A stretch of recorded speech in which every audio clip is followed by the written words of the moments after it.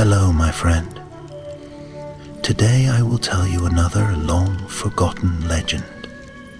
Close your eyes and let the magic transport you to Middle-earth. Our journey begins.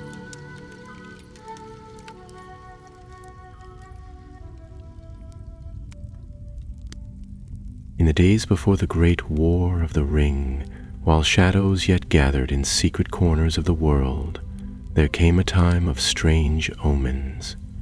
The stars above Mirkwood stirred in uneasy dance, and one among them fell, not like a shooting star with golden tail and gentle flare, but with wrath and fire, like a burning spear hurled from the blackest vaults of the sky. The people of the woodland realms, elves who had dwelt in that ancient forest since the days before days, watched in dread as the cursed star fell. It did not land in silence. A roaring boom followed, a deep and distant thunder that rolled through the hills and made the trees groan as though in pain. A sickly glow, pale violet and silver blue, pulsed from the place where the star had struck, staining the night sky with a hue not seen in the natural world. It was as if the heavens themselves were wounded. And so word came to Gandalf the Grey. He was then in the south, walking the borderlands of Rohan, when Radagast the Brown found him. The birds had told Radagast of it. Their cries filled the skies over Rosgobel, troubled and loud, and they fled north in tangled flocks, leaving nests and young behind. "I have seen the smoke from afar," said Radagast, breathless and flustered, his staff tangled in briar and bramble. "It is no common fire. It spreads not by wind nor spark, and the trees die not by burning but by sickness. The beasts flee it. Even the spiders dare not draw near." Gandalf listened, his brows furrowed beneath his weathered hat, his pipe hung forgotten in his fingers. "And what do the elves say?" "David say the star has a will," whispered Radagast, looking over his shoulder, though there was no one near. "It watches, it waits." So Gandalf took up his staff, grey cloak billowing behind him like a wisp of cloud, and rode north without delay upon a swift steed of Rohan. The lands he crossed were fair at first, rolling green hills and singing brooks, but the air grew colder as he approached the eaves of Mirkwood, and the light of the sun seemed pale, dimmed as if seen through smoke or sorrow. It was Thranduil's folk who met him first, cloaked in silver and green. Their leader, a keen-eyed captain named Larion, guided him with few words and grim looks to the northern edge of the forest, where even the trees stood in silent unease. "We do not go further," said Larion, halting his company. "There is a shadow beyond. The path is lost, the stars twist above, and one by one our scouts vanish. We dare not risk more lives." Gandalf thanked them, though his heart grew heavy. He pressed on alone. Through the tangled woods he walked, staff in hand, lantern unlit. The trees whispered in voices only the wise could hear. Fear, confusion, and something deeper. Not sorrow, but warning. Roots recoiled from the soil. Leaves turned black and dropped like ashes. Mirkwood had always been a place of secrets and danger, but now even the darkness felt hunted. And then, one night beneath the silver glow of a moon veiled in haze, Gandalf came upon the crater. It was vast, a gash in the earth as though a giant had torn open the skin of the world. Rocks lay shattered, and steam rose from jagged rents in the soil. The air smelled of burnt iron and old blood. At the center of the pit was a stone, or what seemed like one, glowing faintly. It pulsed with a light both beautiful and terrible, like starlight caught in a dying flame. Gandalf stood still. There was power here, power ancient and foul. He felt it crawl beneath his skin, pressing against the edges of his will. This was no simple starstone, no relic of natural falling. Suddenly, a sound, low, breathing. From the shadows beyond the crater's rim, a shape emerged, tall, cloaked in a swirling mantle of black and violet, like smoke wrapped in shadow. 2 eyes, bright and cold as frost fire, glimmered from beneath its hood. "Long has it been," said the voice, hollow and deep, "since a Maya walked unbidden into the vale of my exile." Gandalf lifted his staff, and longer still since any servant of the darkness dared speak in my presence. The figure did not flinch. "I am Solheru, flame of the cursed sky, forgotten by the living, remembered by the stars. I am awakened, grey pilgrim, and the world shall know me again." Gandalf's grip tightened on his staff. The name stirred distant memories, of the ancient wars, of names cast out of the west, of those who had fallen with Morgoth in the First Age and were lost to the mists of time. Sudiro had been one of them, a spirit of light turned to ruin, a fallen Maya who had disappeared after the War of Wrath, thought slain or scattered. But now, beneath the poisoned sky, he stood again, called forth by the cursed star. The light from the crater flared brighter, and Gandalf felt the earth groan beneath his feet. Whatever had fallen from the heavens was no mere rock. It was a prison, a gate, or worse. Solheru had not escaped alone. "I have no wish to battle you," said Gandalf, though his voice was hard as stone, "but I will not suffer your darkness to spread." Solheru lifted his hand, and a wave of cold wind swept the clearing, snuffing every whisper of warmth. "Then suffer you shall." Gandalf struck his staff to the earth, and white light burst from its tip, scattering the gloom. Solheru reeled back, and the very shadows hissed and shrank. But the fight was only begun. From the edges of the forest, shapes began to crawl.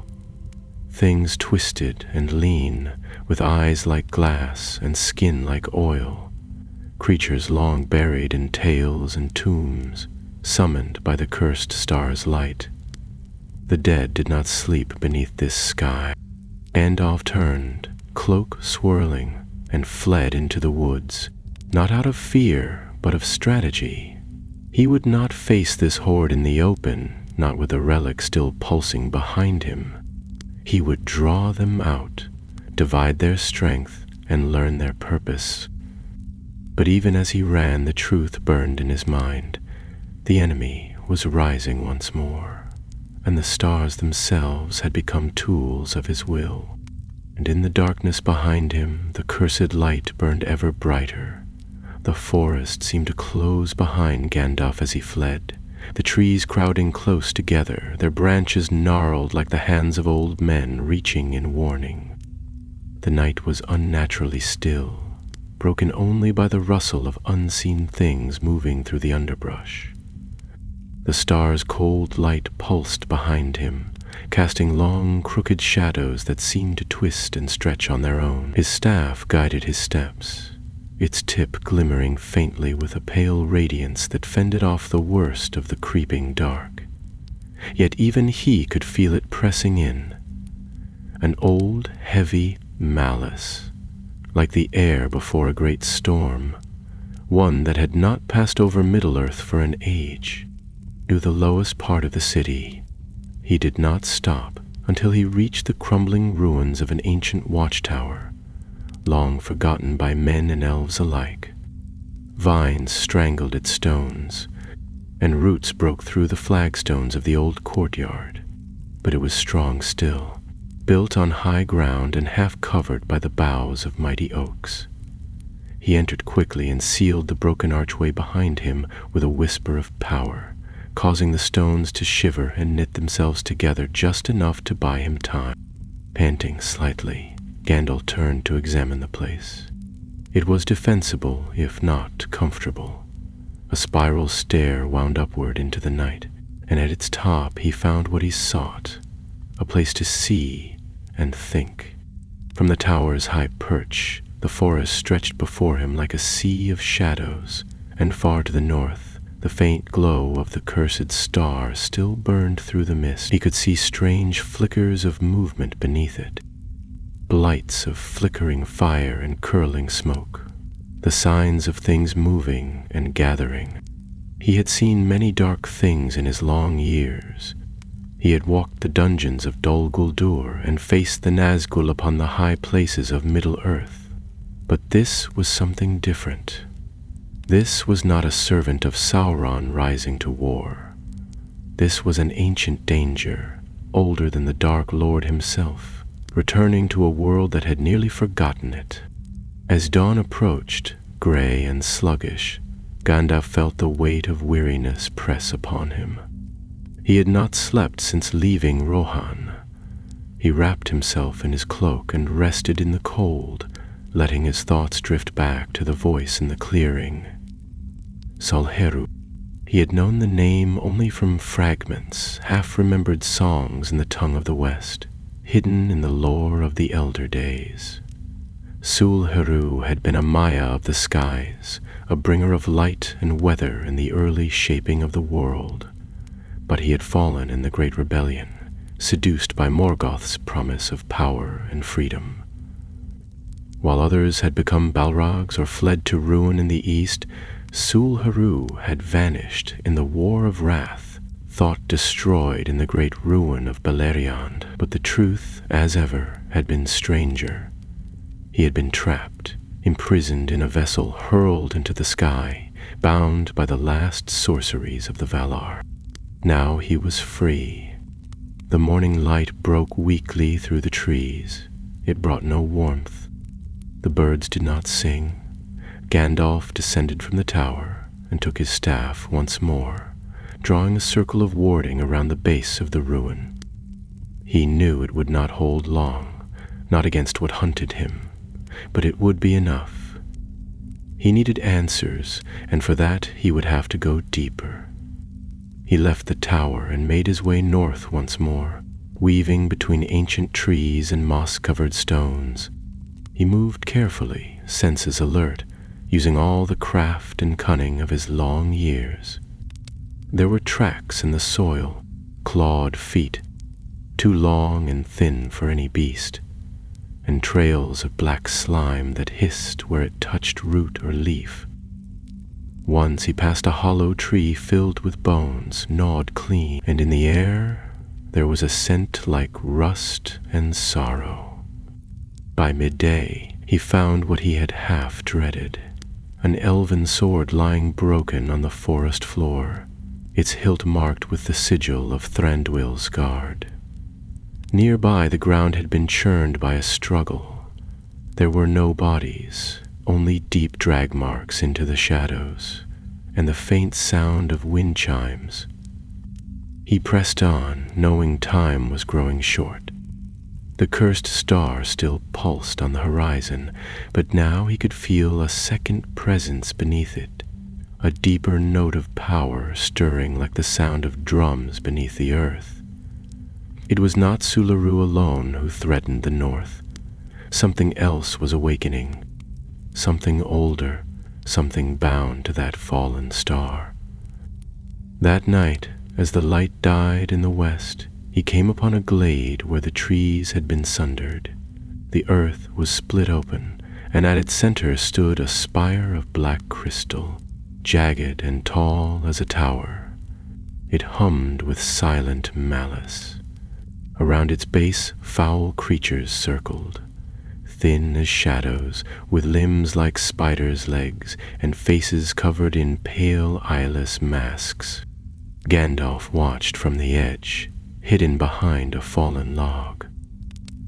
These were not orcs, nor beasts born of Mordor.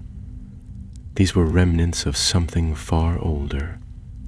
spirits drawn into flesh by the star's light, their forms twisted by the long silence of their slumber.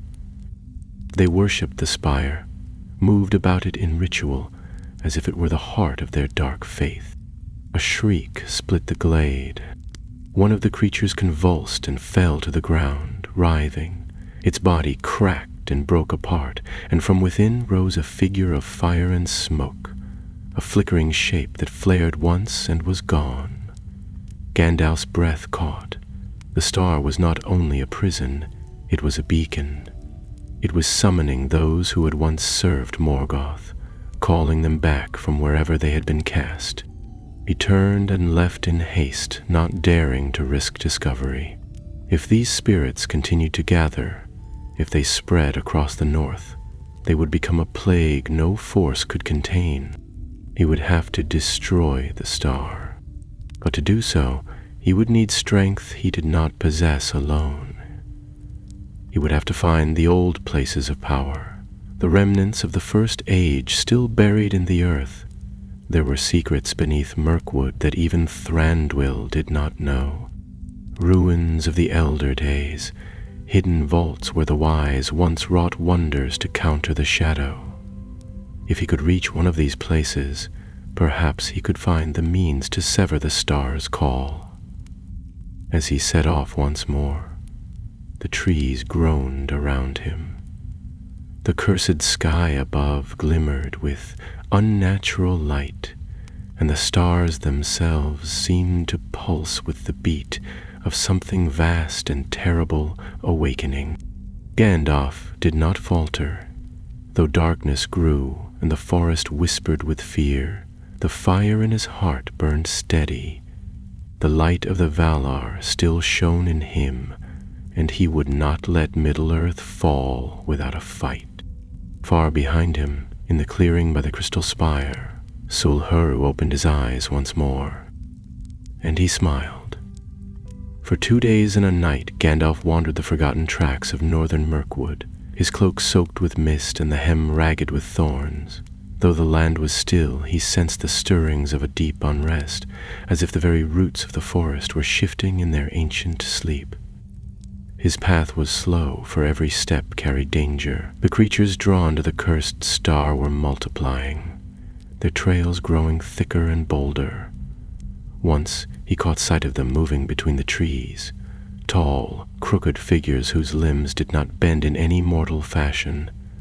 They carried no weapons, yet the air around them seemed to warp with cold and dread. Gandalf did not let them see him. He traveled by hidden ways, following the memory of maps older than most of the trees around him. There were old names whispered in the tongues of the firstborn, places never marked on charts, hollows and hills that once held the works of the elves before the world grew dark. He was seeking one in particular, a place that had no name but was known to the wise as the Vault of Celadrin. It had been raised in the twilight of the First Age, when Morgoth still walked the world, a sanctuary of light and knowledge for those who stood against him. Few believed it remained, and fewer still would have dared to search for it. At last, near the base of a withered hillock shaped like a leaning fang, Gandalf found a sign. A stone set into the earth, flat and wide, almost hidden beneath moss and creeping ivy. He knelt, brushed it clean with careful hands, and whispered a word in the tongue of the Eldar. The air stirred, slowly, with a sound like a groan from under the ground. The stone shifted, revealing a narrow stair curling downward into blackness. He descended without hesitation, lighting the tip of his staff as he went. The stair wound deep beneath the hill, and the air grew cooler, cleaner. The presence of evil did not linger here. Whatever else the forest had forgotten, this place still remembered the light. At the bottom, he entered a chamber cut from the living stone, smooth and perfect, etched with faint silver runes that flickered as he passed. The vault was not large, but it was strong. Shelves carved into the walls still held ancient tomes sealed in wax and leather. At the center stood a pedestal upon which rested a sphere of translucent crystal, dark within but swirling faintly with a soft white gleam. Gandalf stepped forward, placing his hand gently on the surface. The crystal responded at once, glowing brighter, the light within coalescing into shapes.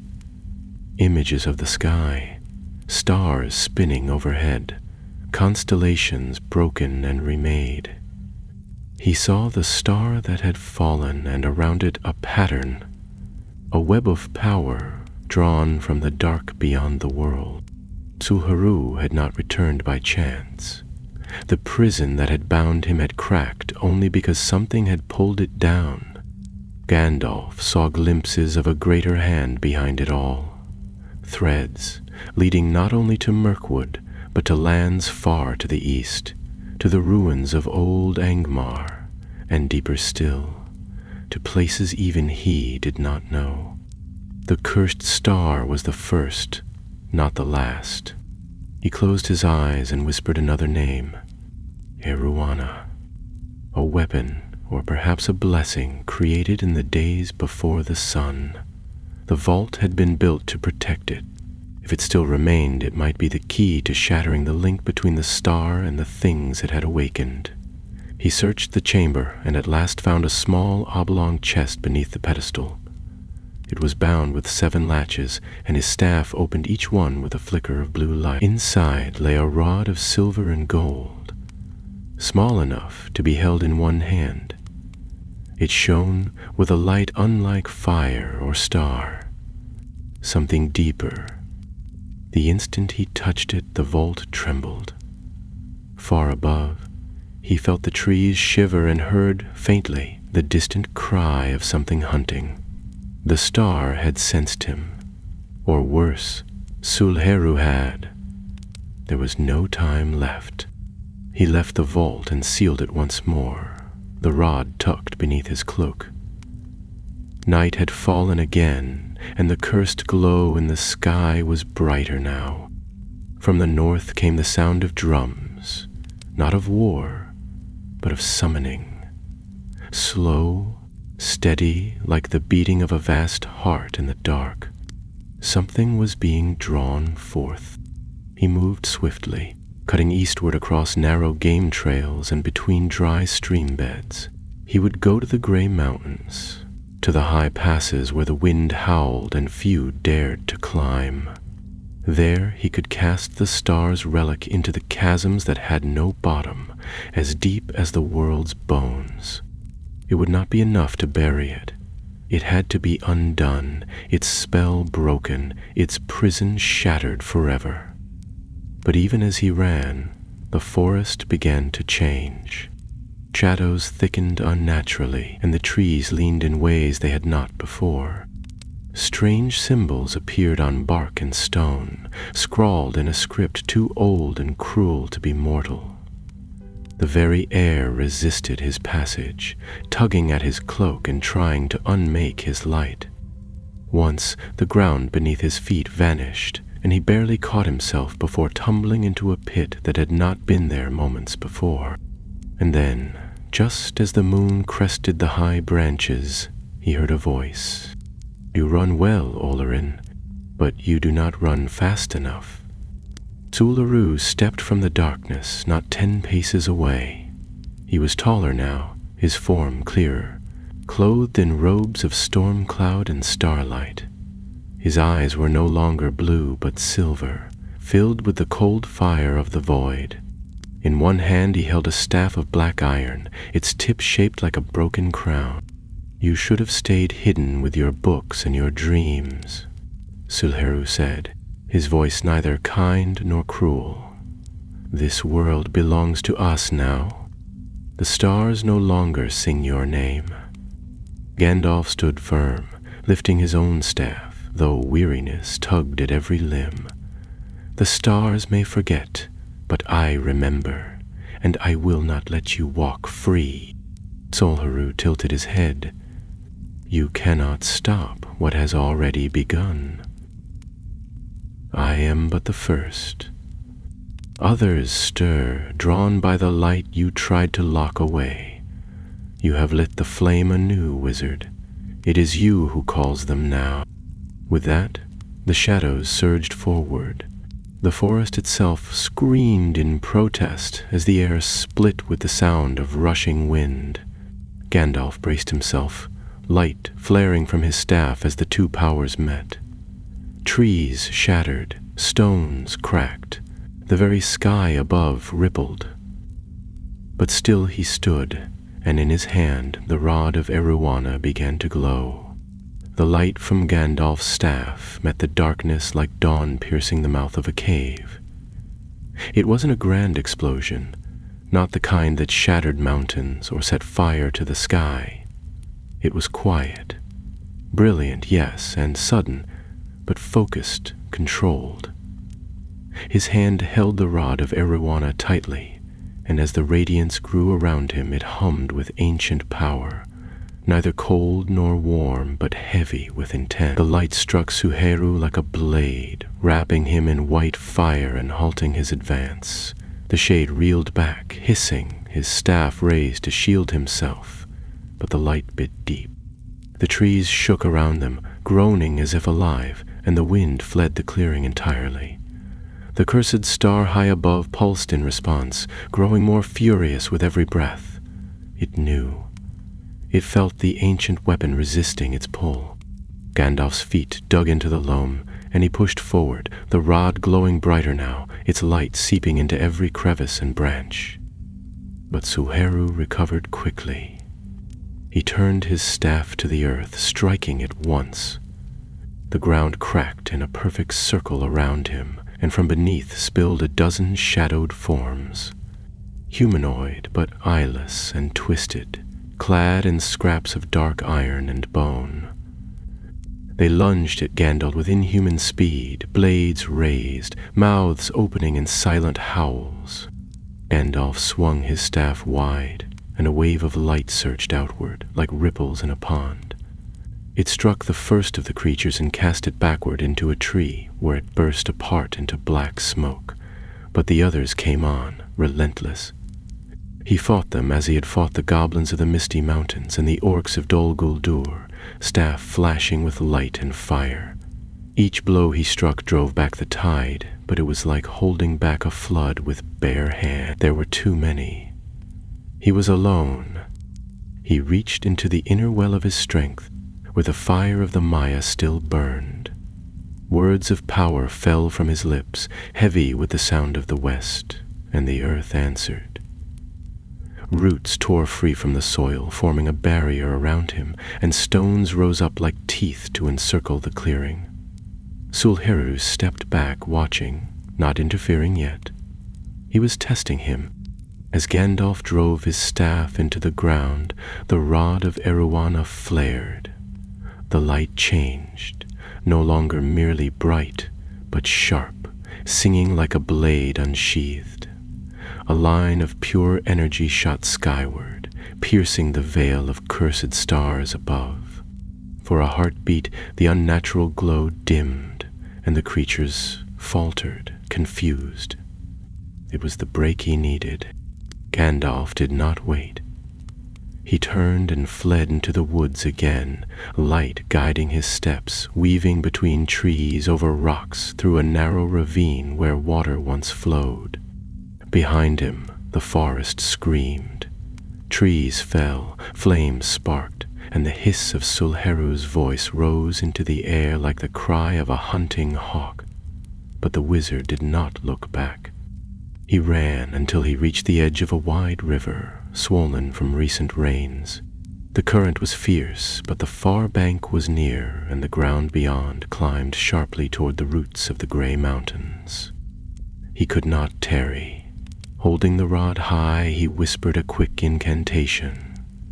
The water shuddered and parted, just enough for him to pass, and he hurried across, the river closing behind him with a crash that sent startled birds into the sky. Beyond the river, the forest began to thin. The air was clearer here, and though the cursed glow still hung above, it seemed dimmer. He had left Silharu's reach for the moment, but it was only that, a moment.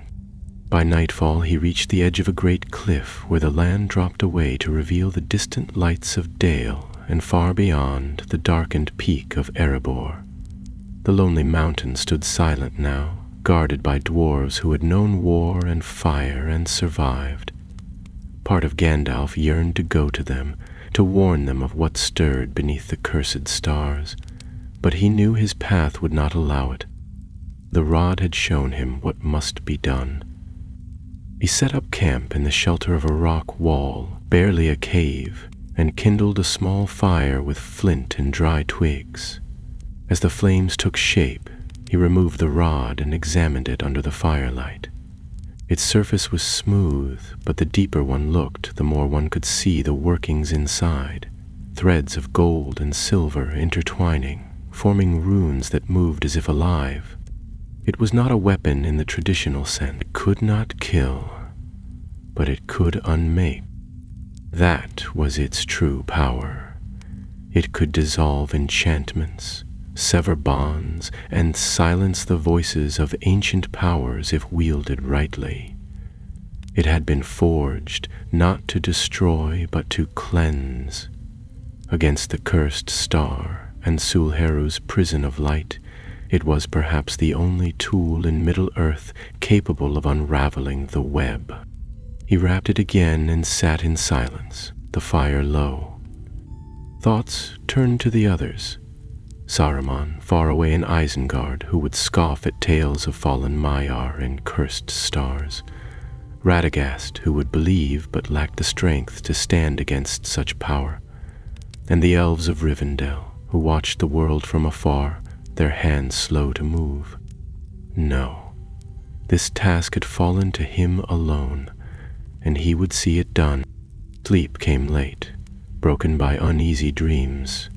He saw Silharu walking through fire, his arms raised to the sky, calling down stars like hailstones. He saw the rod melting in his hands, the light failing, and he saw the trees of Lothlorien blackened. The silver leaves of Galadrim trees turned to ash. He woke before dawn and climbed higher into the foothills, the path becoming steep and treacherous. Snow dusted the rocks and the wind howled through the narrow passes. There were caves here, deep ones, unknown to men, perhaps once used by dwarves or things even older. It was in one such cave, hidden behind a veil of icicles, that he made his stand. He placed the rod of Iruana upon a stone altar at the cave's heart and began to speak words long forbidden, phrases of the elder tongue taught only to the wisest of the Astari. The air shimmered, the rock beneath his feet trembled. High above, the cursed star flared in answer, and somewhere in the darkness of the north, Silharu turned his head and smiled again. The mountain winds howled as if in protest, shrieking through the narrow crevices and jagged spires of the high pass. Snow danced in the air like drifting ashes, and the cold bit at Gandalf's face as he stood within the cave.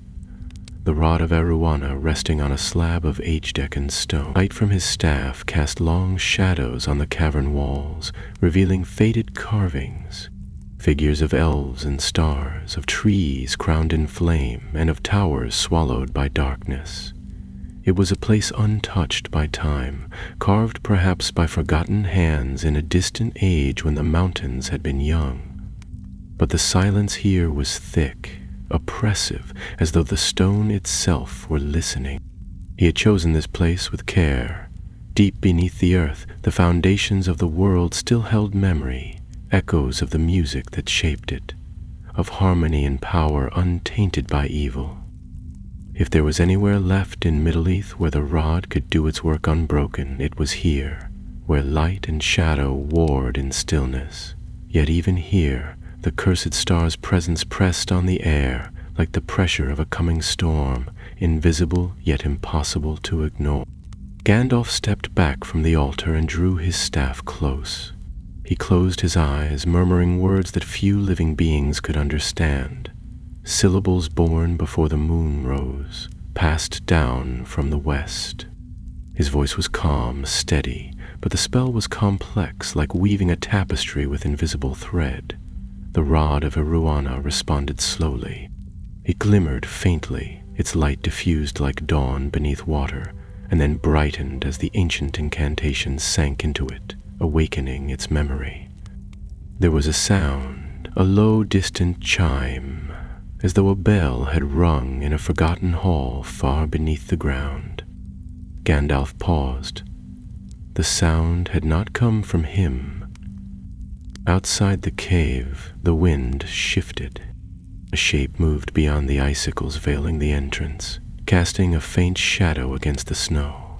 It did not approach at once, but lingered like a wraith at the edge of awareness.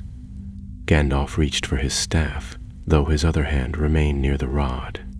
He stepped toward the cave mouth cautiously, boots crunching on the frost-covered stone, and peered through the curtain of ice.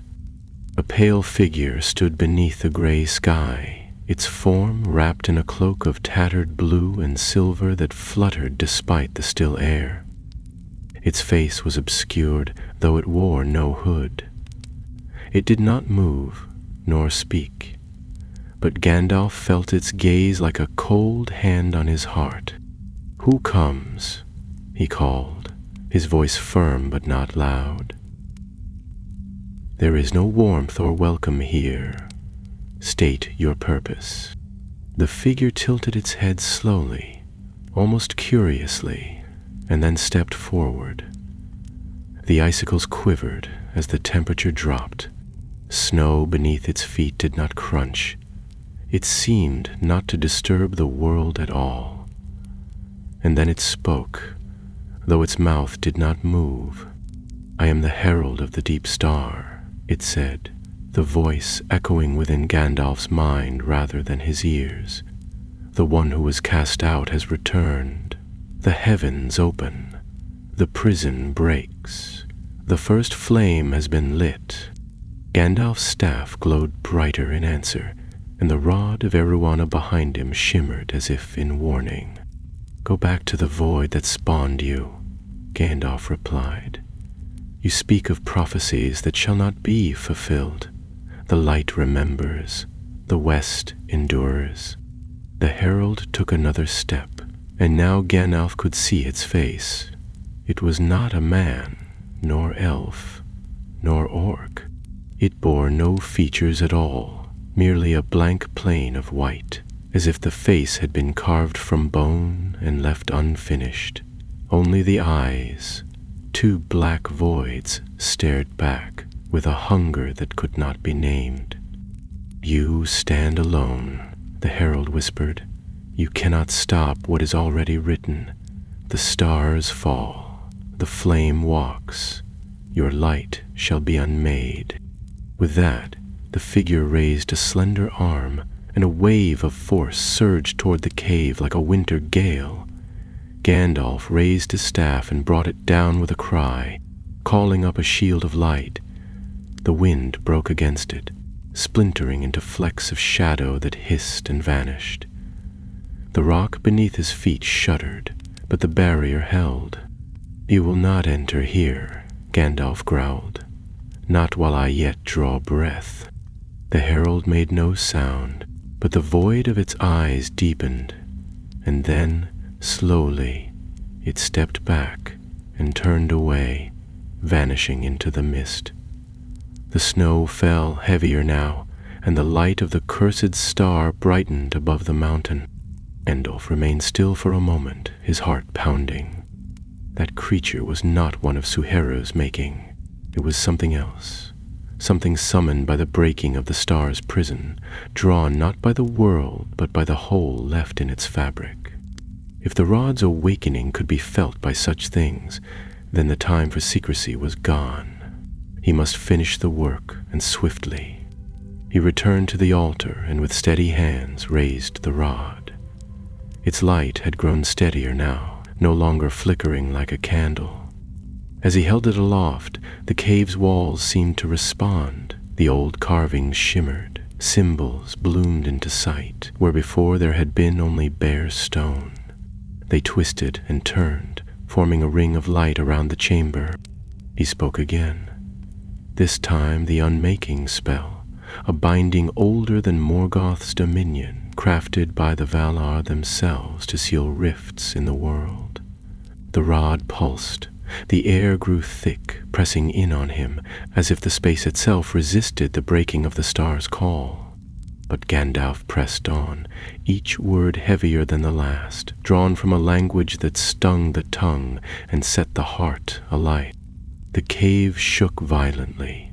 A roar sounded from far above. No beast but the sound of air torn open. Light and shadow clashed around the altar as the rod shone like a rising sun, and the final word fell from Gandalf's lips like a hammer blow. A crack split the earth, a narrow line running from the altar to the far wall. Through it, light spilled, white and clean, not of sun or moon, but of the old light, the light before the darkening of Valinor. The rod's glow surged once and then dimmed. Its work was done. Gandalf sagged, the effort stealing his breath, but he did not fall. He clutched the rod and stepped away from the altar. He could feel the change already. The star's light above was weaker. The bond had been severed, but not broken completely. Outside, the wind rose again, and from the north a sound echoed across the mountains. The cry of Sulheru, wrathful and clear. A voice that had once sung in the making of the sky, and now howled with rage. He knew what had happened, and he was coming. Mandaf left the cave before the sun had fully risen, though the sky showed little of morning's warmth. Gray light filtered through the high clouds, pale and cold, and the cursed star still glowed dimly above the horizon like an open wound in the firmament. The wind had died in the early hours, leaving the mountain slopes unnaturally still. Snow clung to the rocks in small clumps, frozen solid, and the path before him twisted downward through narrow clefts and jagged scree, toward the lowlands east of the gray mountains. He moved with urgency, the rod of Arowana tucked securely beneath his cloak, its power slumbering now after the great work in the cave. Though it no longer shone, he could still feel the echo of light in his bone. There was no sign of the herald. Whatever that creature had been, wraith or shade, spirit or something older, it had vanished as silently as it had come. Yet Gandalf knew it was not truly gone. The curse that had fallen with the star had summoned more than Sulheru. Something greater stirred behind the veil, and if even the rod of Arowana could only sever the link without fully destroying it, then their task was far from over. Stars lit by universes unnumbered without fully destroying it, then their task was far from over. As he made his way down the slopes, a shadow passed overhead. Gandalf paused, lifting his face to the sky. For a moment, nothing moved. Then, through a break in the cloud, a shape wheeled, great wings, sharp as knives, gliding on the windless air. It was not a bird, nor was it one of the fell beasts of Mordor. It was older, and it watched. Gandalf quickened his pace, boots crunching on frost and loose stone, and descended into the forested valleys below. By midday he had reached the outer edge of a wide woodland, not yet part of Mirkwood, but touched by its shadow.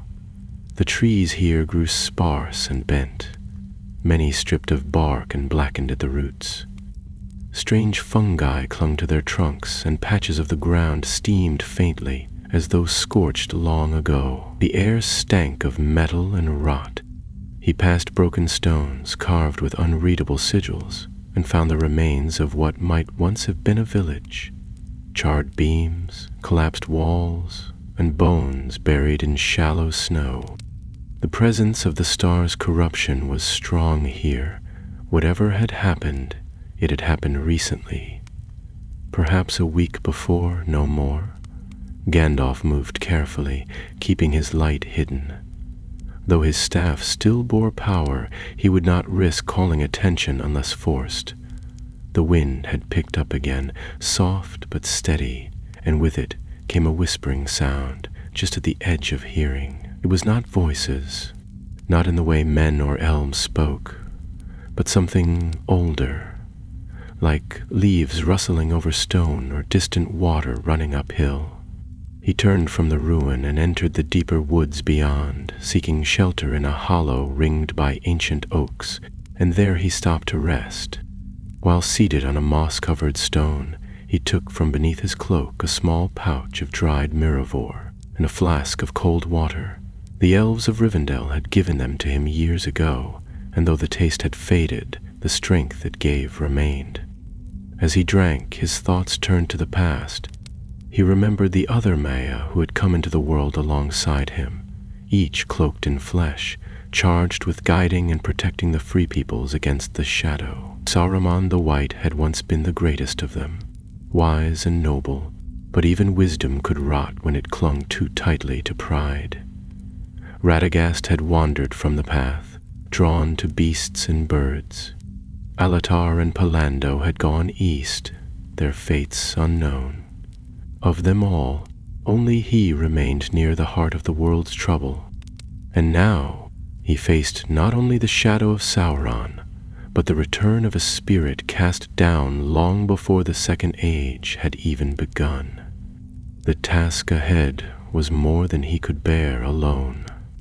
A branch cracked in the undergrowth. Gandalf turned sharply, his hand tightening around his staff. The noise came again, followed by the soft murmur of voices. 2, perhaps 3, speaking in low tones, careful but not concealed. The clank, quick, quick, quick, quick, quick, quick, on magical curses. He stood slowly and stepped forward between the trees. "Show yourselves," he said firmly, though without malice. A moment passed. Then, from behind a thick yew, 3 figures emerged. They were elves, clad in muted cloaks of forest green, their hoods drawn back to reveal pale faces and bright, wary eyes. The leader, a tall elf with golden hair and a silver circlet upon his brow, inclined his head in greeting. "Well met, Mithrandir," he said, "though your path leads through places ill-chosen." "Legandir," Gandalf replied with a nod, "captain of Thranduil's northern guard. I might have expected your patrol to stray this far." The elf frowned. "We follow not orders but dread. The land cries out, and the stars turn strange above our heads. Something is rising in the north, and our scouts have vanished near the ruined Holt. We feared the worst." Gandalf motioned toward the blackened woods. "You feared rightly. The curse that fell from the sky has poisoned the land, and worse. It has stirred old things that should have remained buried." The other elves listened in silence, and Legandir's expression darkened. "We have seen the signs, though we knew not their meaning. A shadow that walks without form, light that blinds but brings no warmth, and dreams, visions of flame and ash." Gandalf's eyes narrowed. "The dreamers must be watched. Some among them may carry the touch of the star. It does not wound as a blade does, but it marks the soul, and the soul can be turned." Legandir looked troubled, and Gandalf could tell the elf had seen such signs already.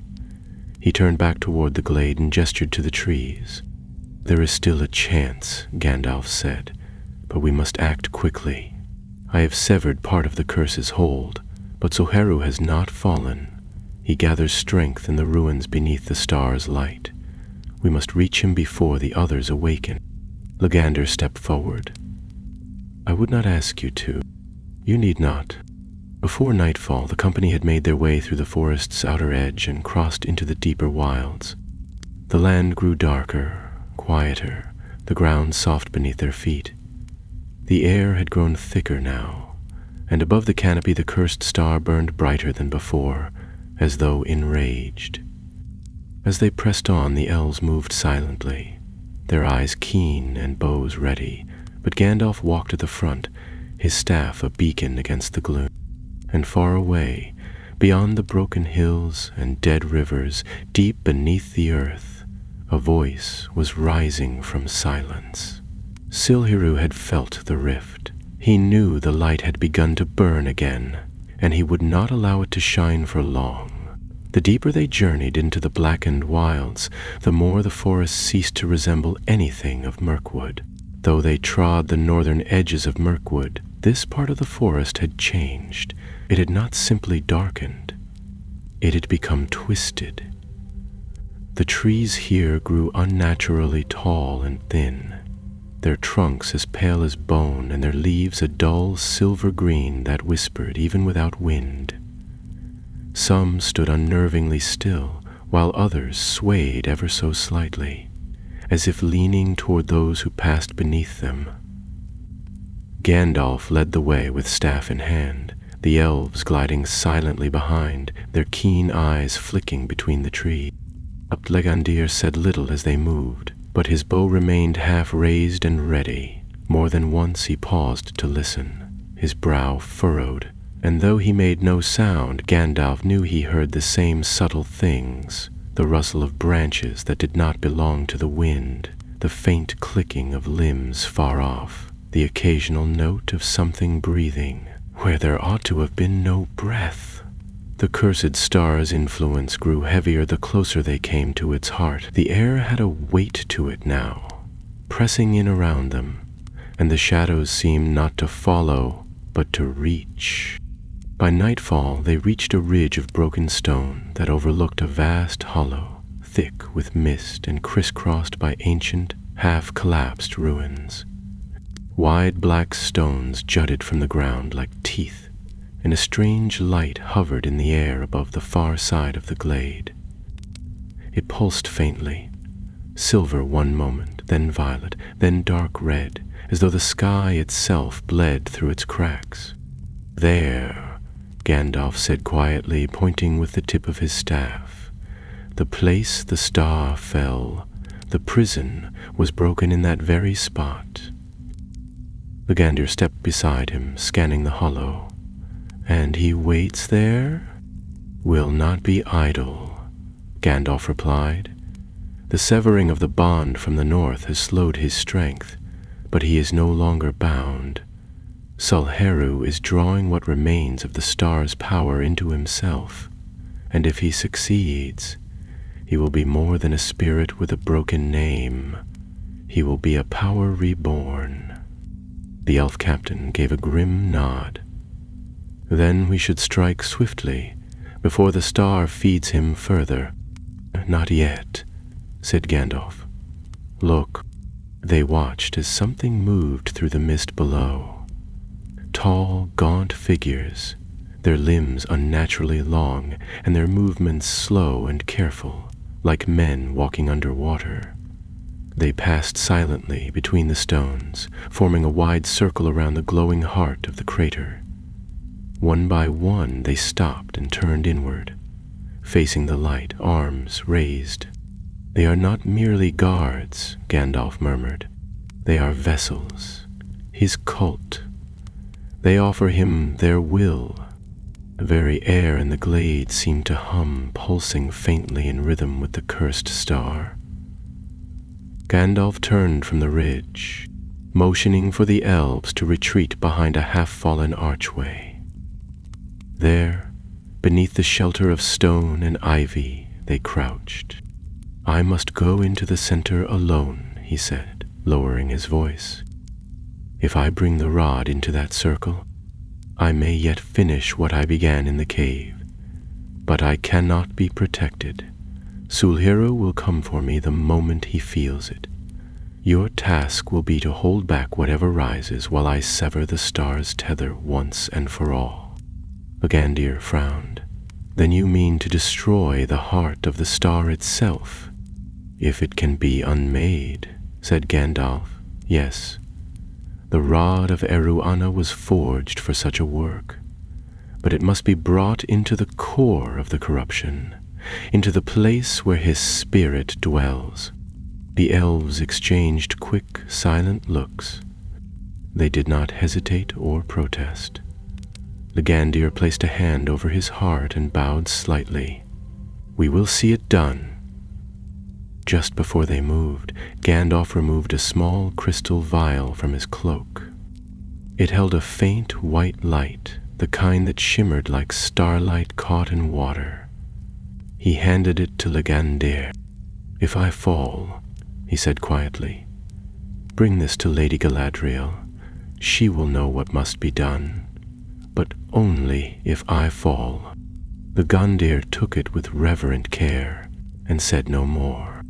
They descended the ridge by a hidden path, threading between fallen boulders and the roots of blackened trees. The mist thickened as they went, curling around them, muffling all sound but their breath and footfalls. When they emerged into the glade proper, the temperature dropped sharply. Frost clung to the broken stones, and the soil underfoot felt brittle, as though the ground itself had lost all warmth. Gandalf stepped forward first, his staff held high, the rod of Eruana now uncovered and pulsing faintly with a soft golden glow. The elves fanned out silently behind him, taking cover behind low walls and shattered columns. The cultists in the circle did not react at first. They stood motionless, arms raised as if frozen in worship. Then, slowly, the light above the crater began to shift.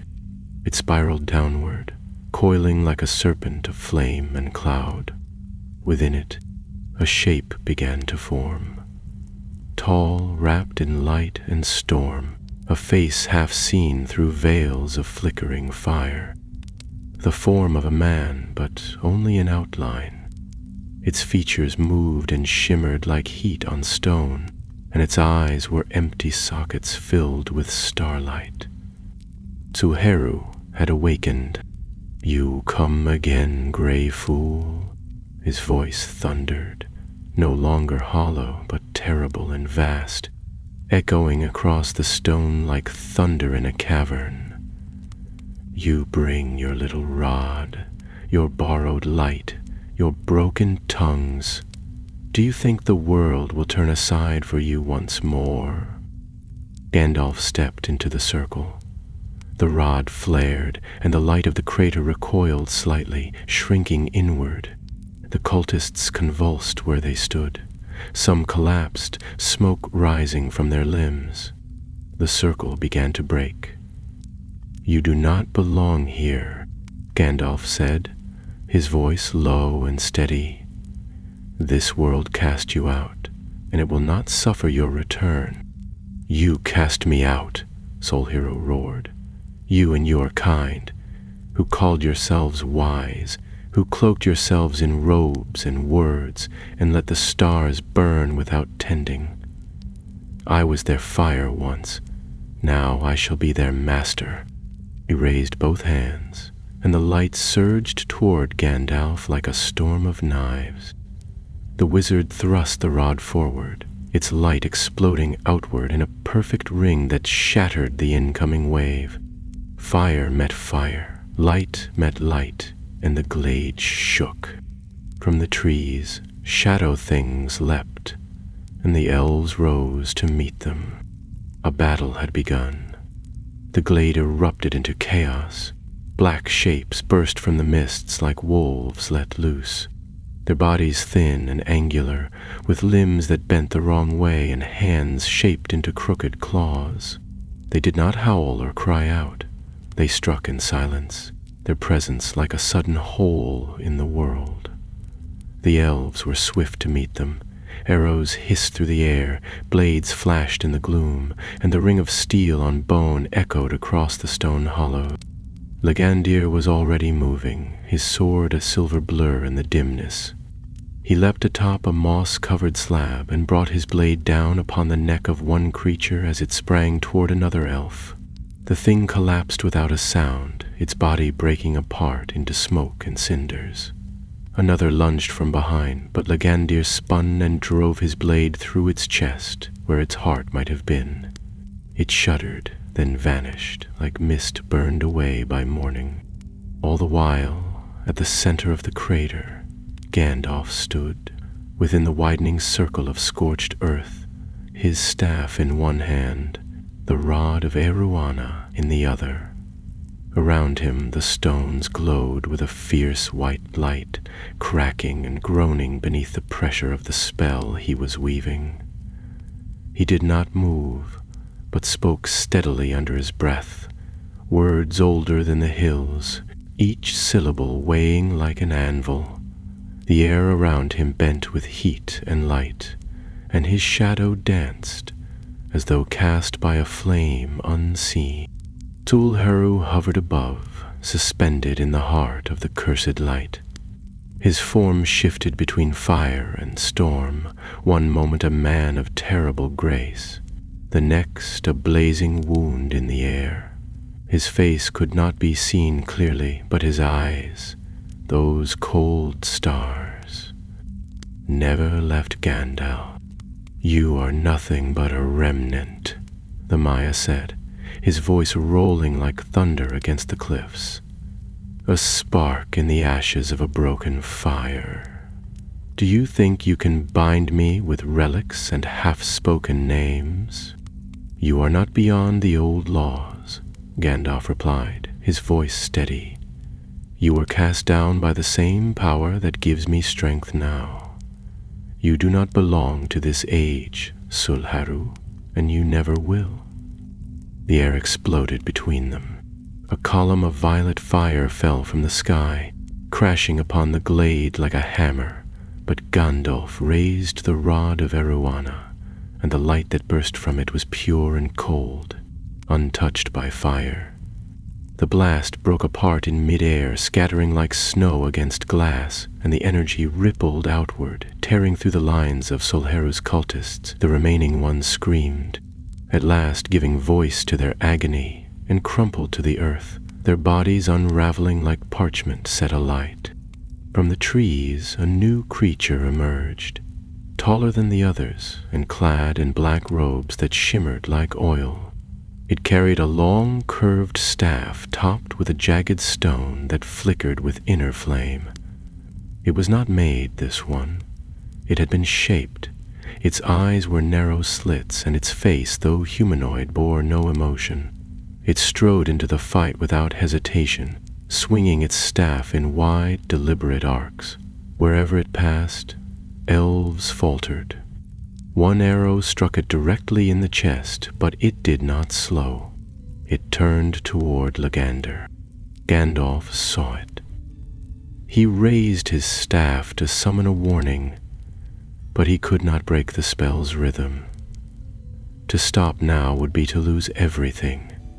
The power he had gathered would unravel in an instant. But Lagandir needed no warning. He met the creature head-on, steel clashing against dark iron. The two circled, exchanging a dozen strikes in moments, neither giving ground. The creature moved like smoke, bending unnaturally around the elf's attacks.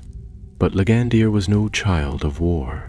He feinted low, then brought his blade up in a sharp arc, striking the creature's staff and sending it spinning into the mud. Before it could recover, he drove his sword forward, but the creature caught the blade in its hand. Its fingers bled, but it did not flinch. "Begone, spawn of shadows," Lagandir hissed. The creature replied only with a hiss and brought its head forward, striking Lagandir across the brow with a force that knocked him backwards. The elf staggered, blood trickling from his temple, but even as he fell, another arrow sang from the trees. It struck the creature in the side of the neck. A second followed, and then a third. It stumbled, shrieked once, and collapsed in a heap, its flesh already turning to black ash. Gandalf barely noticed. The spell was reaching its height. The rod in his hand had grown hot to the touch, pulsing with rhythm like a living heart. The circle beneath him had become a whirl of glowing runes, ancient symbols rotating in silence. The very air crackled with tension, and above, Sullaroo raised his hands high, shouting a final furious cry. Then let this world burn. Flames erupted around the crater, not of wood or oil, but of memory. A fire that consumed not flesh but the soul, feeding on fear, on regret, on sorrow long buried. It licked through the ruins, coiling toward Gandalf like hungry serpents. But the rod of Eruana flared brighter, and with one final word, spoken in a voice filled with both sorrow and strength, Gandalf drove it into the center of the circle. The light exploded outward. A dome of white fire surged from the crater, expanding in every direction.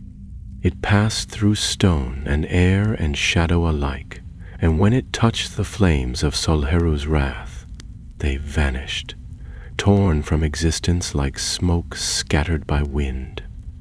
The twisted trees on the edge of the glade shivered, the earth groaned, and Solheru screamed. The Maya's form twisted in the air, writhing like a thing unmade. His voice fractured, breaking into 1,000 echoes, each one clawing against the walls of the world. Light spilled from the wound in the sky, and for one impossible moment, Gandalf saw something beyond, a vast darkness with stars scattered across it like wounds, and a single eye watching from afar.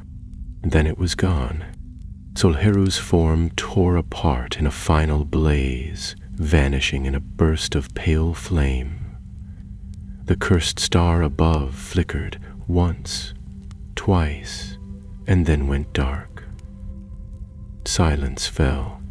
The glade was still, save for the slow patter of ash falling like snow. The twisted trees no longer moved, the stones no longer glowed, and the air, though heavy, was free of the crushing presence that had lingered for so long. Gandalf dropped to one knee, staff braced against the earth, his breath ragged. The rod of Edruana lay spent beside him, its light dimmed but not gone. Around him, the surviving elves gathered. Lagandir, bruised and bleeding, approached and knelt beside the wizard. "Is it done?" he asked softly. "For now," Gandalf said, lifting his gaze toward the darkened sky. "But the stars do not forget, and what once fell may fall again." For some time they did not move. The battle had ended, but the forest remained hushed, as though waiting to see if the stillness would last. Even the air hung differently now. Lighter, yes, but brittle too, like a web that had been snapped but not entirely removed. Gandalf sat motionless at the center of the now dormant crater, his robes scorched at the hem, his breath slow and steady. Around him the scorched runes in the earth continued to shimmer faintly, not with danger, but with the fading memory of the light that had passed through them. It was done. The tether between the cursed star and the world had been broken. Solheru's vessel had been unmade, and the relic no longer sang with the terrible pulse that had drawn the dead from their sleep. Yet Gandalf did not smile. The rod of Eruana lay on the cracked stone beside him, its brilliance dimmed to a quiet, silvery gleam. He reached out and gathered it carefully, cradling it as one might a delicate, wounded creature. It had survived, barely. The runes upon its surface were now dormant, and the heartstone at its center had fractured down the middle. Its work was complete, but it would never burn so brightly again. A part of its essence had been spent to seal what had fallen from the sky. Lagandir approached, his steps measured. the tip of his sword dragging through the ash and dust. A shallow cut ran across his cheek, and his left arm hung stiffly at his side, the shoulder dark with blood, but he moved with the quiet calm of one who had faced death and found his will unbroken. "We've searched the perimeter," he said as he knelt beside the wizard. "The last of the star's creatures have fled. Most vanished into smoke when the light struck them. The few that lingered were cut down. Whatever that power was, it's gone." Gandalf nodded, though his eyes did not leave the sky. Above, the clouds had begun to shift, letting the first true sunlight filter through in narrow beams. The cursed star was no longer visible. Whether it had fallen completely or simply lost its grip upon this part of the world he could not yet say, but its presence no longer pressed against his thoughts, and the forest had stopped whispering. "It is gone," he murmured at last, more to himself than the elf. "But not destroyed. Not truly. Stars do not die so easily, and neither do the things they carry." Legander followed his gaze but said nothing. Around them the glade slowly returned to silence. The elves began tending to their wounded and collecting the fallen.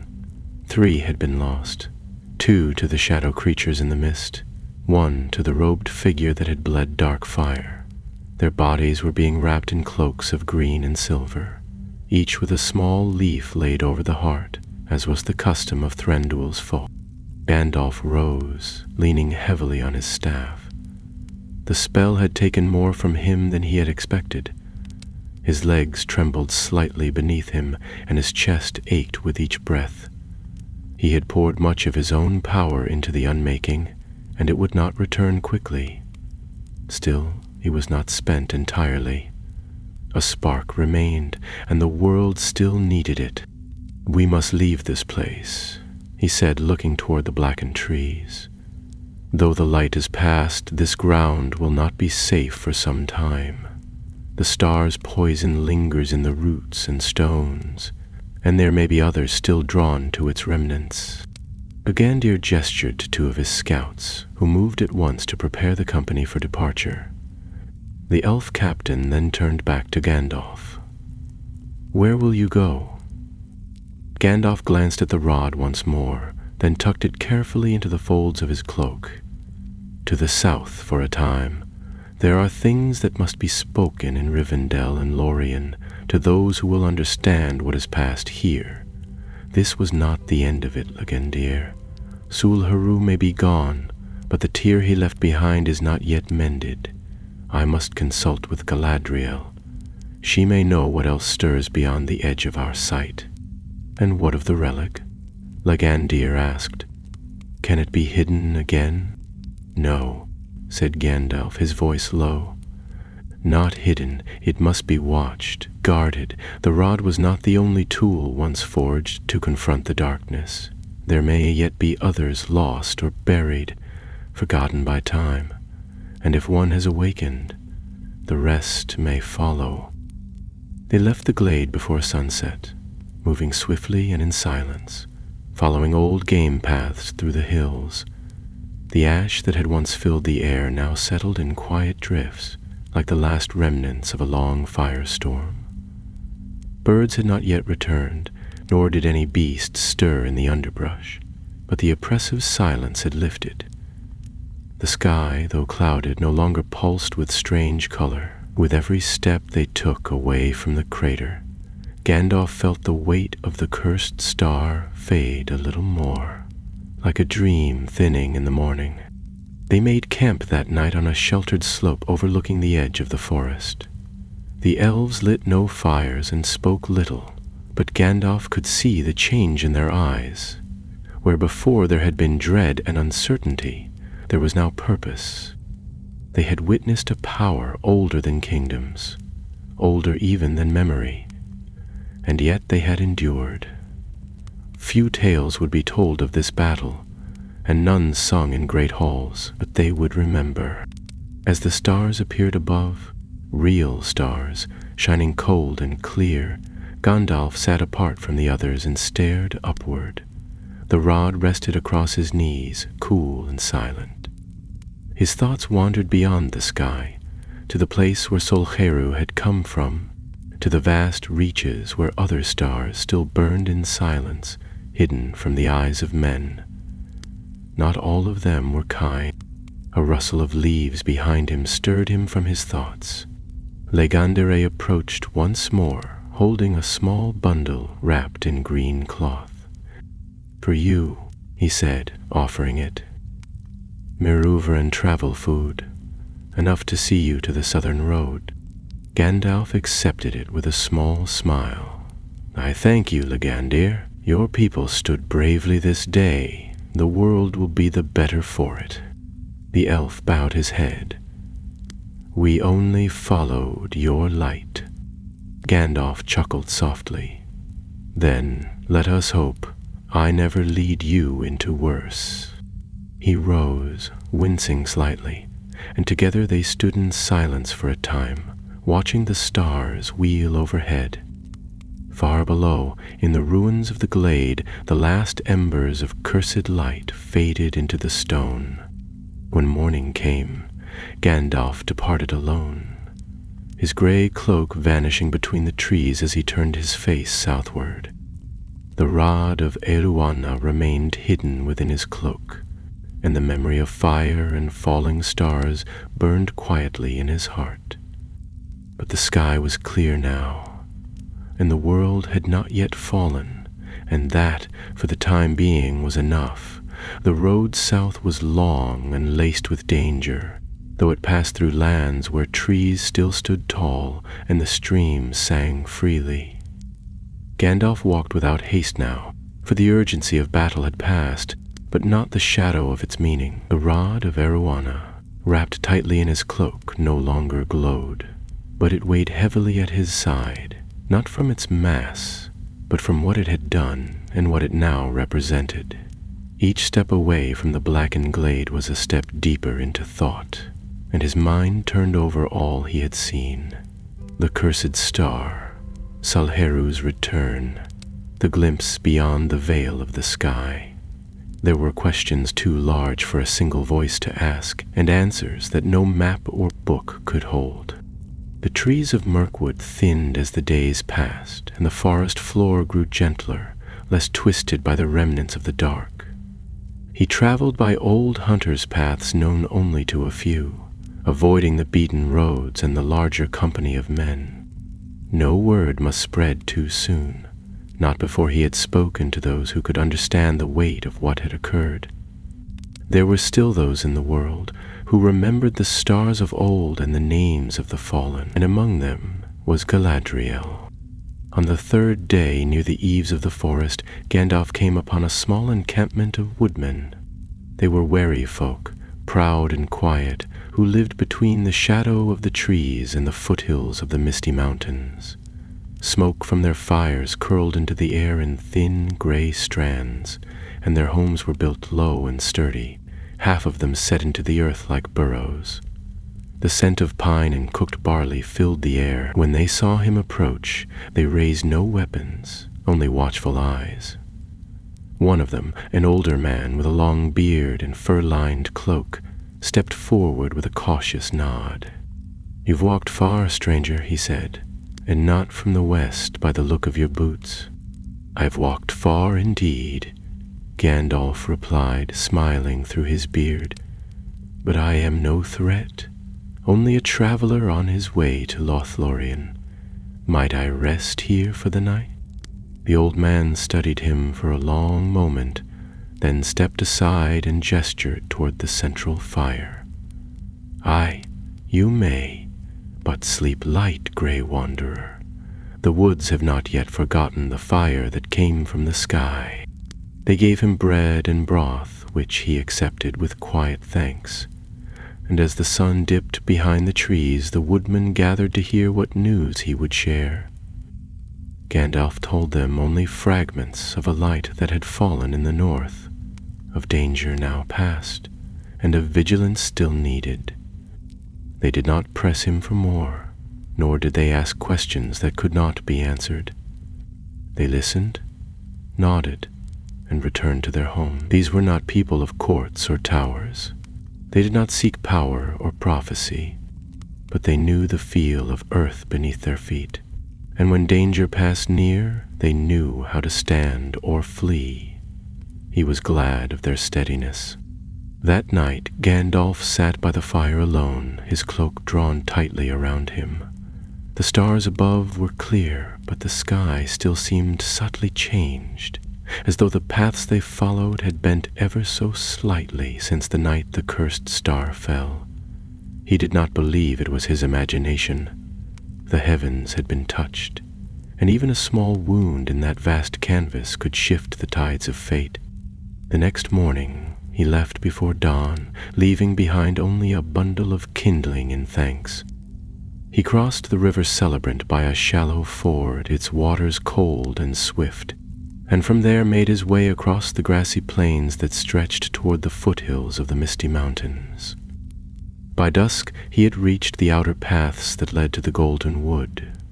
He paused there, at the edge of the Malorn trees, and let the wind carry through him. The leaves rustled overhead, gold and silver in the fading light, and the forest shimmered as though sunlight still clung to its boughs. The border guards of Lothlorien found him soon after. They came silently, slipping between the trunks like shadows made real, bows in hand but not drawn. One of them stepped forward, his silver helm glinting faintly. "Olorin," he said quietly, with the accent of the ancient elves, "you are expected." "Then let us not keep her waiting," Gandalf answered, and the guards melted away as quickly as they had come. They led him along the winding forest paths, deeper and deeper into the heart of the realm. The Golden Wood was unchanged. Time did not wear its stones nor hollow its trees. The air itself seemed purer, filled with a light that had not come from the sun. As they passed between the tall trunks of Malorn, Gandalf felt the tension of his journey ease from his shoulders, though not the weight of it. Here there was still wisdom enough to face what he had brought. In the heart of Caras Galadon, he climbed the many steps of the great tree, until at last he came to the talon where Galadriel waited. She stood beneath the open sky, her white gown flowing in the breeze, her hair like woven starlight. Her gaze was already upon him as he stepped onto the platform. "You have come from the north," she said, not asking. "And the sky carries a wound." "I have," Gandalf replied, "and it does." She looked at the rod in his hand, then stepped forward to take it. Her fingers brushed the surface gently, and her eyes closed. For a long time, neither of them spoke. When she opened her eyes again, her voice was soft. "It has begun, then?" Gandalf nodded. "One fell, but others may stir. The prison was not only for Sulharu. Something greater shaped it. Something that does not yet speak in names." Galadriel's expression grew distant. "There are songs, even among the eldest of my kind, of those who swam the dark between the stars before the world was made. Fragments of memory passed down from the light of Valinor, but never fully understood. I thought them warnings, not prophecy." "They may have been both," Gandalf said, "and now we must decide what to do with that knowledge." She turned away, gazing out across the silver leaves. "There will be choices ahead, hard ones, and not all will believe what you tell them. I know. Will you go to Imladris next?" "In time, but I must rest here first. The rod is not yet finished. There may be more I can learn while the memory is still fresh." Galadriel nodded slowly. "Then rest, Olorin. The forest will keep watch, but not for long. This peace is a breath between storms." And so, for the first time since the star fell, Gandalf slept deeply. But even in sleep, the light of the cursed sky still flickered at the edge of his dreams. The days passed slowly beneath the golden boughs of Lothlorien. Time in the forest did not move as it did elsewhere. It folded gently, as if drawn along a current too soft to feel. Gandalf remained among the trees longer than he intended, walking the paths of silver roots and quiet springs while he gathered what strength remained to him. The rod of Eruana, though cracked, pulsed faintly in his hands whenever he took it out to study. Its power was spent, but not dead, and in the stillness of the forest, he felt that the relic was listening, if not to him, then to the world beyond. He spent much of his time alone in the gardens near the fountain of Amroth, where tall lilies swayed in the breeze and the malorn trees shed their golden leaves in soft showers. Yet he was not forgotten. Galadriel met with him often, sometimes in silence, and sometimes with words too old for the common tongue. They spoke of the stars, of the roots of the world, and of the old songs that spoke not only of beauty and glory, but of warning. She did not question what he had done, nor did she offer praise. There was understanding between them, deeper than words. On the 6th evening since his arrival, he climbed once more to the high Talon at her summons. There, beneath a sky of fading rose and silver, she awaited him beside the basin of her mirror. A breeze stirred the water's surface as he approached, and when he looked within, he saw nothing at first, only his own reflection, weary and gray. Galadriel gestured to the basin. Look again. This time, when he peered into the water, he saw flickers, brief glimpses, flashes of distant fires and shadows on high mountain peaks.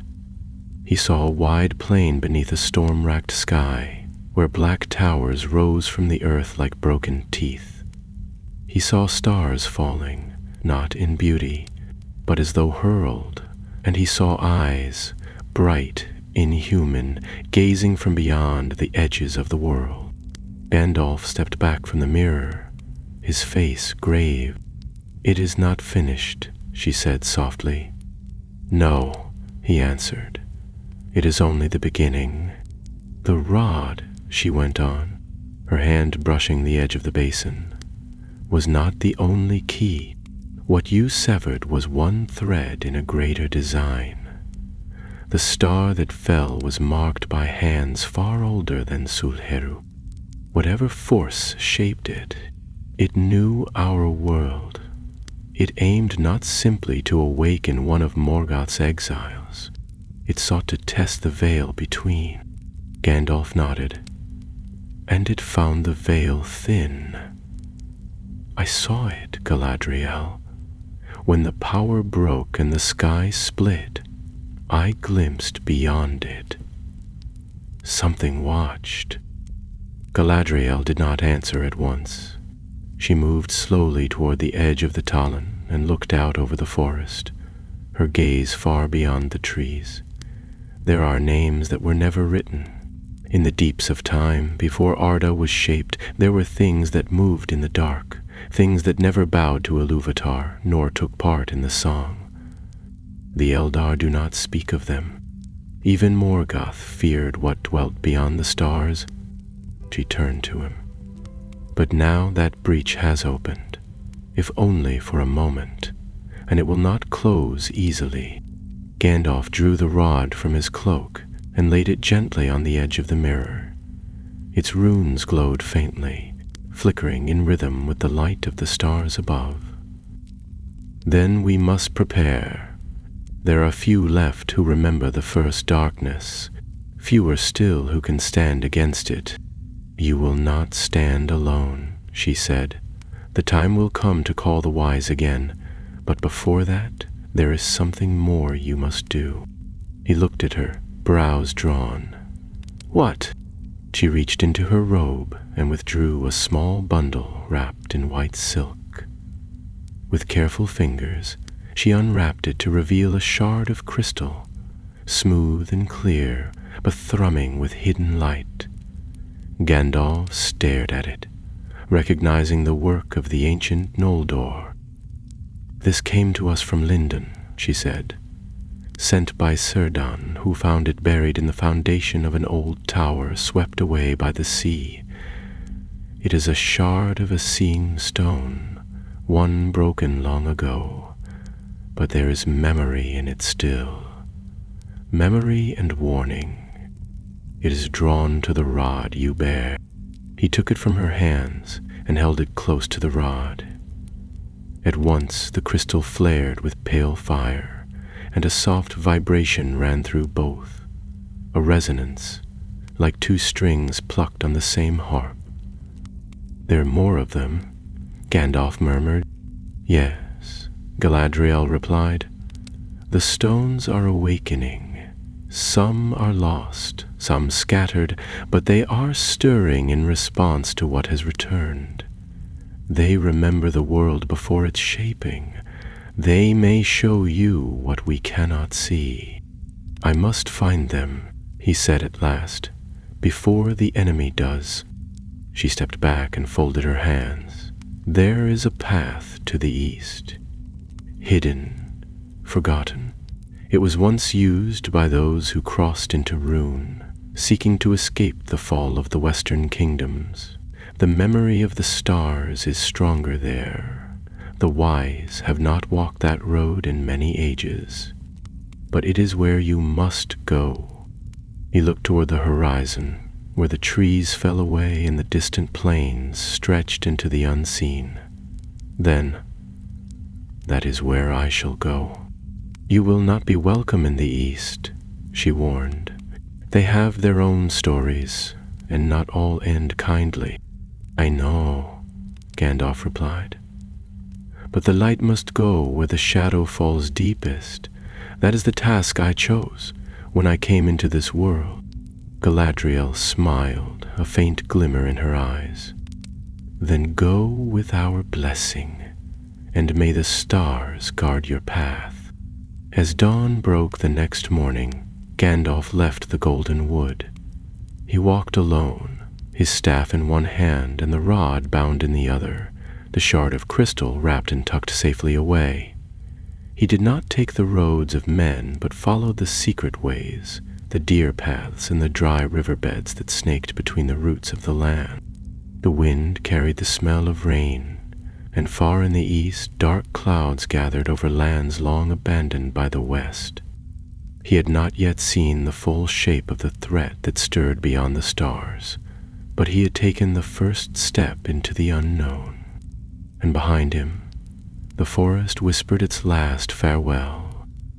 The eastern road was not marked on any map, nor remembered by those who had not dwelt in Middle-earth since the First Age. It wound across forgotten hills, through ancient grasslands that no longer bore names, and into a realm where even the birds flew differently, circling high and wide as though unwilling to pass too near to the earth. Gandalf moved steadily, though each step carried him further from the familiar and deeper into lands shaped by silence and time. The rod of Eruana remained wrapped and hidden beneath his cloak, and the shard of crystal gifted by Galadriel rested in a small satchel at his side, its light sleeping but never cold. Days passed. The land around him grew wild, with tall grasses that reached his waist and stones that bore markings too worn to read. Occasionally he passed the remnants of old roads, crumbled paths of gray and black stone, choked by roots and half swallowed by the hills. Once he found the remains of a watchtower built by men, its bannerless spire broken in two, its walls crumbling beneath vines and moss. In its shadow he saw scorch marks on the earth, not recent but unnatural nonetheless. Fire had fallen here once, and not of a kind made by mortal hands. He did not stop long. At night he camped beneath leaning oaks or in the hollows of stone outcroppings, kindling small fires only when he was certain the air held no watchers. The stars above seemed distant now, their light fainter, as though the sky itself were reluctant to look upon the world below. But the cursed star did not return. Whatever power it had poured into Sulheru had spent itself, and the wound it left behind no longer bled. Still, Gandalf was not at peace. He had not spoken of what he had truly seen when the veil had thinned. Even to Galadriel he had offered only half the truth. There had been an eye, yes, but more than that, a presence vast and formless watching, not in hatred, but in cold, ancient interest. It had not moved nor spoken, yet its will had brushed his own, and in that brief contact Gandalf had felt the breath of a power that predated all fire and stone. It had not come for conquest. It had not come for dominion. It had come because it had noticed. On the 7th day of his journey east, he came to a place unlike any other he had passed. The grass here was flattened in wide circles, and the trees bore no leaves, though they stood tall and whole. At the center of the clearing stood a single stone monolith, its surface etched with spirals and runes in a language he could not immediately name. When he touched it, the crystal at his side pulsed once with sudden heat. He knelt, unwrapping the shard, and held it up to the stone. The response was immediate. A thread of light spun from the shard, touching the monolith's carvings, and for a moment the air filled with the sound of distant music. Not a melody exactly, but something older, a pattern, a rhythm of the world before it had found its voice. The stone responded in kind. A faint glow ran through the carvings, tracing the spirals outward in widening rings, until a symbol near its base flared with golden fire. A door opened beneath the earth. There was no noise, no grinding of stone or shifting of earth. One moment the clearing was still. The next, a stair was revealed, spiraling downward into darkness lit by unseen light. Gandalf did not hesitate. He took up his staff, secured the crystal once more, and began to descend. A stairway was carved into the living rock, each step worn smooth by time but intact. The walls bore images that shifted as he passed, star maps, trees with many roots, eyes without pupils. Some were beautiful, others deeply unsettling. He could feel the weight of the place pressing in, not oppressively, but with the solemn presence of an ancient hall of thought. This had been a sanctuary, or perhaps a vault, one built not to hold treasure, but memory. At the bottom of the stair, the passage opened into a wide chamber. A dome rose overhead, carved with constellations that no longer existed. At the chamber's center stood a pedestal of black stone, upon which lay another shard of crystal, twice the size of the one he carried, but cracked across its middle. As he stepped forward, the crystal pulsed faintly, echoing the rhythm of his own. He placed Galadriel's shard beside it. The two pieces shimmered, then flared with light, and for a brief moment the chamber itself changed. The stone became translucent, the air shimmered, and Gandalf saw through the dome above, not into the sky, but beyond it. He saw stars that did not belong to Arda. He saw a sky veined with rivers of light where shapes moved that had never walked the world. He saw a tower without foundation, spinning slowly in a void that was not darkness, and he felt again that presence watching. Then the vision broke. Gandalf staggered back, hand over his heart. The crystal on the pedestal had gone dark once more, but now he understood. This vault had been built to anchor memory, to hold the pattern of the world should it be broken. It had been forgotten, buried beneath time and earth, but it had survived the ruin of kingdoms and the silence of the stars. And now it had awakened. He took both shards, placing them together in the satchel with reverent care. The way forward would not be one of battle alone. Knowledge must be preserved. Songs must be remembered. For if the dark beyond the stars stirred again, If it reached once more toward the fragile shell of the world, then light alone would not be enough. They would need wisdom older than swords, and strength that did not come from flame. When Gandalf emerged once more into the clearing, the sun was beginning to set. The wind had picked up, rustling the grasses around the stone monolith.